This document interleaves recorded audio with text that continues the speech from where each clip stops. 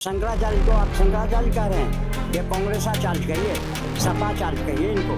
प्रशासन ने इनको कहा कि पालकी से उतर करके 10-50 कदम चल करके नहा लो, तो क्या बुराई है?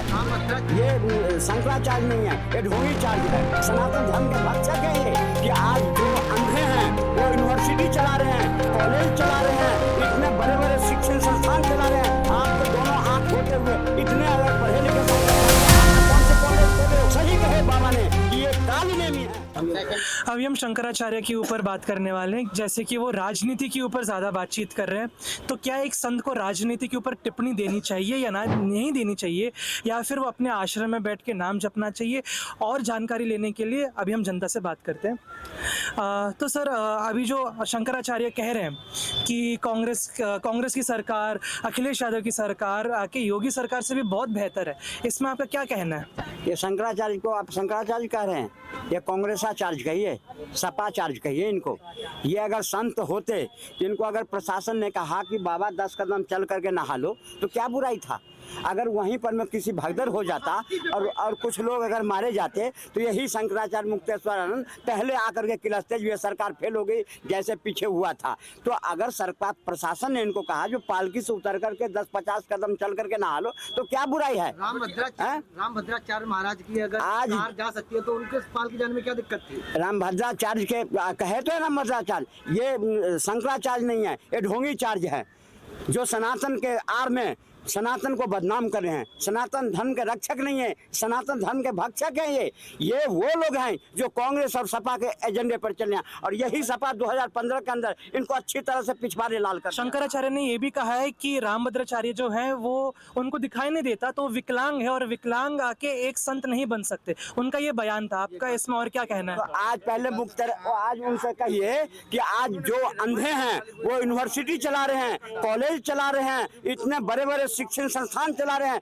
आंख न होते हुए रामायण लिख दिए। आपको दोनों आंख होते हुए इतने अगर पढ़े लिखे शंकराचार्य, तो आपने कौन से कॉलेज खोले हो, कौन सी यूनिवर्सिटी खोले हो, कौन सी रामायण लिखे हो, क्या भाषण देते हैं वो? और क्या आप उनके जब भाषण सुनिएगा ना, उनके प्रवचन सुनिएगा ना, तो उठने का मन नहीं करेगा। 4-5 घंटे कैसे निकल जाता है लोगों को पता नहीं चलता। लेकिन ये मुक्तेश्वरानंद जो अपने आप को कहते हैं धर्म गुरु हैं, ये कौन सी कहाँ जाकर के प्रवचन देते हैं? इनसे पूछिए ना। ये कुछ कोई नहीं है, ये कांग्रेस सपा और विरोधी के एजेंट हैं। उनके एजेंडे पर में ये जो योगी को बदनाम करने की कोशिश कर रहे हैं ना, एक प्रधानमंत्री को, एक मुख्यमंत्री को तुम औरंगजेब कहोगे, ये तुम्हारी हिम्मत नहीं चलेगी। इस देश में सनातन को कमजोर करने की जो बात कर रहे हो ना, ये सही कहे बाबा ने कि ये काली नेमी है। जो काली नेमी जिस तरह से भगवान राम के कार्य को रोका था, वो इसी तरह से जो ये हिंदुत्व के जो कार्य को लेकर के योगी और मोदी चले हैं, उस कार्य को रोकने के लिए एक काली नेमी बन के आए हैं।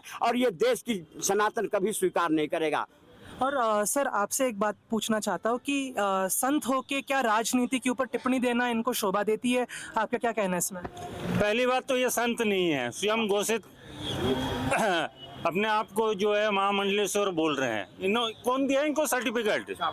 कौन दिया इनको सर्टिफिकेट महामंडलेश्वर का?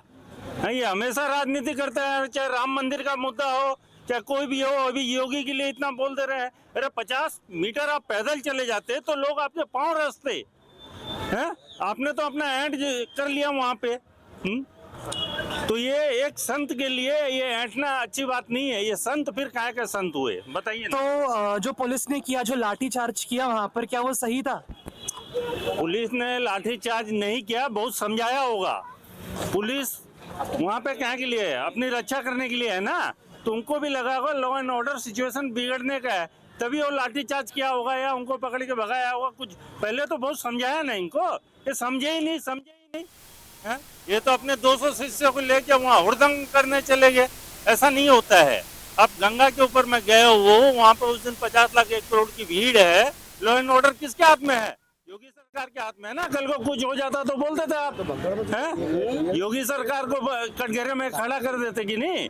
और ये कांग्रेस के मनगढ़ंत ये बाबा हैं। 2004 के अंदर में जब इनकी नई सरकार आई थी, नवंबर के महीने में, जैन सरस्वती जी को जो 2500 वर्षों से त्रिकाल का पूजा करने जा रहे थे, उनको नकली हत्या के केस में उनको अंदर डाल दिया गया दिवाली के दिन, है?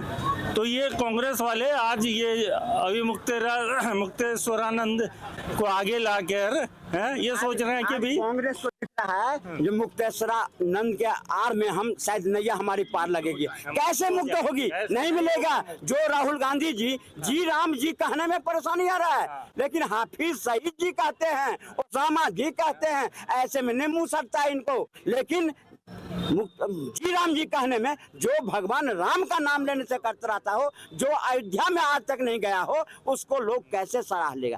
कैसे उन लोगों को सत्ता सौंपेगी? अब हिंदुस्तान के सनातनी समझ गया कि कौन मेरा रक्षक है और कौन मेरा भक्षक है।